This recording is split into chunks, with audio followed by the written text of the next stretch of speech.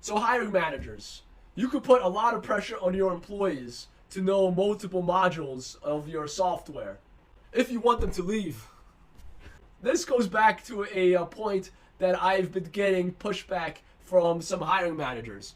They want their new employees or candidates that we submit to them to know multiple modules of a system. Let's say if it's a software system, if it's SAP or Workday or Peoplesoft or Netsuite or Oracle Cloud, whatever it is, they want them to know multiple modules of a system. And that is very, very hard. And let me give you an example. Why is it very hard? Why it is very hard. So let's say you're who uses these very complicated software systems? Big corporations, or at least medium-sized corporations. Corporations that have 100 sales orders to 1,000 sales orders a day. Maybe 10,000 sales orders a day. I'm talking about Nike here. I'm talking about DuPont. Like large corporations or small medium-sized corporations too. And what happens in just one sales order is complicated enough. You have to move merchandise from your plant. It leaves the plant, and you take delivery on it. Money changes hands. You give away your product. You get money back. Money is credited into your account. The product is debited from your account. It has to be taken away from your storage location, from your plant. There's a lot of things that happen in the back end, a lot, just for one sales order. Now we're talking about 100 or 1,000 sales orders. So a lot of things happen. These IT people that install the software, that implement the software, they spend their whole careers, 5 years, 10 years, 20 years, learning one part of this software because it's very complicated. Now comes these hiring managers that I'm talking about and says, you know, candidate, you spent 15 years learning this small part of SAP. For me to hire you, I want you to learn, I want you not to learn, I want you to know this part of SAP SD and this part of SAP WM, warehouse management. And it's, to be honest, a very, very small proportion of people that know both parts of these modules. They just don't. Because most people spend their whole careers specializing in one module. What these hiring managers are doing is they're shooting themselves in the foot.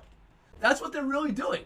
Because if 90% of the market are people that know just one module or one part of that software, and they say, yeah, we don't want to talk to them, they only know one part, and they only talk to 10% of people that just know both modules, and because those people just got lucky, they worked at smaller organizations that implemented those modules, and they were a workhorse. They pushed these people to know these two modules, and the people took on the responsibility. And maybe they just got lucky that in one company they learned one module, another company they got to learn a second module. But they just got lucky. That's not the average person in IT. That's the reason that most of the roles go unfilled for weeks, for months, for years. And then they call us up and they're like, gee, I have no idea why my role hasn't been filled. No idea at all. Like, I offer a high salary, but no one really wants my role. Well, because your requirements are ridiculous. So this is my advice. This is my rant. Sorry about this rant, but I just had to get it off my chest. Loosen up your expectations. Don't want someone to come in as a Superman, because most people are just people. They're human. If someone sells you something that's too good to be true, most likely it is. So if they come in, they tell you they know both modules, most likely they're really strong in one and know a little bit of another one. And if they really do know both modules, guess what? They're going to want a lot more money than you're paying. And maybe you get lucky and you find someone that has both modules, and you got really lucky, and it does happen.